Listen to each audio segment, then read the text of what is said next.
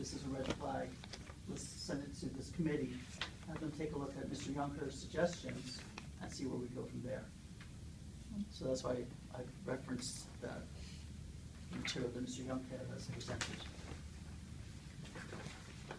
But I can see what you're saying, why doesn't it go from the CBOC straight to the board kind of thing? Is that your question? Well, I wasn't aware, I've been on this committee for 2 years. It wasn't until this occurred that I was, I found out that actually the facilities subcommittee is controlling this. And I have great concern about, but that doesn't matter right now.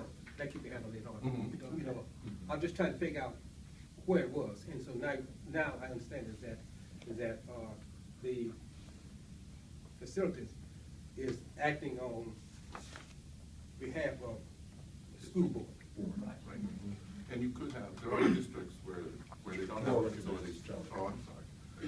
There are districts where the facilities subcommittee doesn't exist, so the school board actually uses the CBOC kind of as a sounding board in the way that a facilities subcommittee can use, but it's the ultimate power is in the school board at all times. And we can talk more after the meeting. No, that won't be necessary. Okay. No, I'll be getting ready for this trip. making the hair. Okay,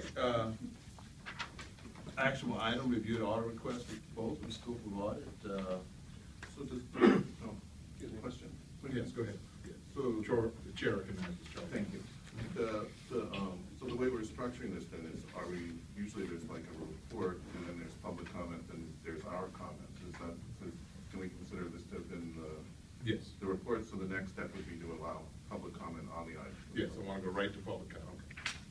I do Yes, have ma'am. one question. It says Floor we're Chairman recognizes. Taisha. Tasha Lucas. Tasha. We're supposed to be reviewing a auditor request for proposal on the scope of audit. Where are the items that we're going to review? Well, the scope of services is what we're talking about, not the request for proposal. It says auditor request for proposal review is the action item. See, we were discussing this earlier as part of, it's not necessarily your thing, but it was inserted in there, so it's confusing. But you're saying as a staff person, you're only prepared to respond to the request for the scope issue. Martin, is my understanding that the request for proposal was not actually an item of issue? Is that No, correct? it was the scope of services. It's the scope of services. So then we should focus our discussion on the scope of the audit. Coming from the facilities committee, they did not have an issue with the request for proposal, the RFP. Okay, so then what's the scope of the audit then? Is there anything for us to Yes. review? Yes. I mean, other than Mr. Younger's, you don't have a document for us? This is Mr. Younger's You're basing it all on someone is recommendation. criticizing it. Yeah, That's- literally, what happened was Mr. Younger had some concerns. He sent out this document yesterday saying what he would like to see. And the district, moving forward, is looked through it and we agreed on most of it. There was a meeting on Sunday? Not Yesterday me. was Mr. Sunday. Anton sent out an email yesterday. Oh, and Right, so, hello? Yeah, Charlie. Norm was directing first. So, yes, I like Tasha, and for the agenda, which is what we saw about tonight's meeting, I was expecting a document that allowed me to review the scope of audit against something, and against that something would be this document that's external. So, where are we with that? Charlie? Right, I just, I have to agree that I mean, the whole setup of the meeting, when I heard about it, I was originally against, because it didn't seem to, I didn't understand what the point of it was, if everything, because the committee itself, the district has a concern because someone has raised all these objections, and then, so why are we being, I mean, if we're not really giving informed input, if we don't have the A and only the B. So even though the intentions are good, which is that you're responding to a member of the public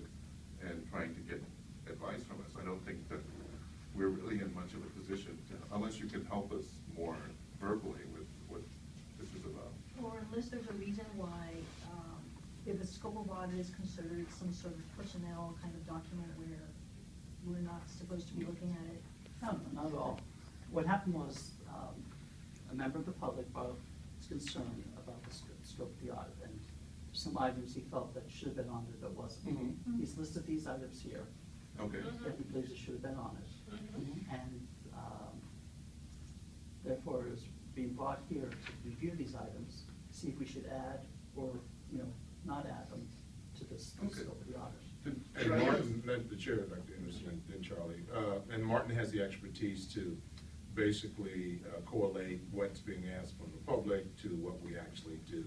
So it's probably, to not be here till midnight, it's probably easier to take up the concerns of the public and have the expertise here to see whether or not there's a sharp difference between what our traditional scope entails. And he's very knowledgeable.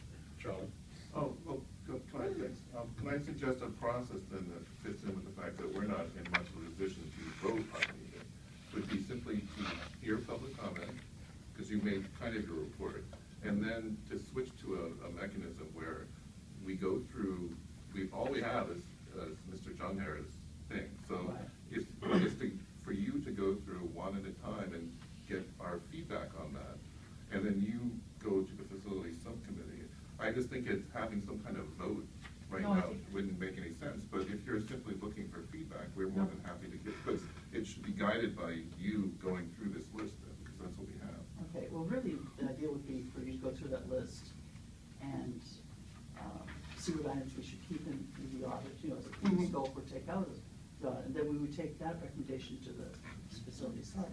But what's already in scope the is- scope? That's what I wanna know. That's what I wanna see. I don't know what I'm saying yes or no to. I have some idea of it as it being someone who has created RFPs and someone who's responded to RFPs in my field, that to weigh one way or another content that is ordinarily put into an RFP, but this is very specific to construction, so I suppose that's where your expertise comes in. But indeed, having some document to even see whether it's got definitions, whether it's got specific types of requests, whether it's Right. got, time periods, this kind of stuff. Really, what I should have brought was a draft of the RFP. Yeah, you should have. Yeah. Can we have that That would've now? been helpful. Can we have Well, that let me now? Well, it's a different building. Can we get it? Can you get it? I don't know if I can get into my, Let me, Okay. Martin, I like this. Martin, Yeah. I have it. okay. Oh, you have it. Oh, You have zero. copies? No, I can make copies. Okay, let's. Well, let's send well, it on. well, I don't, I'm not. Chair recognizes. Can I you- don't like, reviewing a document like that and then having to respond to it or vote on it. The reason why we are here is one, what was at the meeting, but as you recall, the CBOC, a motion was made by Mr. Kelly to hold over the audit, because we were made aware that the items that we had agreed would be in the school services were not there. And at that meeting, we were told that staff would see to it that it would be in the scope of services when it was presented to the school board. What do you like this? Beg your pardon? This is the minutes from our subcommittee meeting with items like the cover letter, is that what you're talking about? Yeah. Yes. Some of those. Now, a lot of the items that is indicated in Mr. Younger's scope, we were told that they were going to be in the report. That's correct. Now, I don't know if they're in there or not, but I mean, I don't know if you can now amend this, being that a bid has been made, an RFP has been made. I don't know. Well, there's language in the RFP where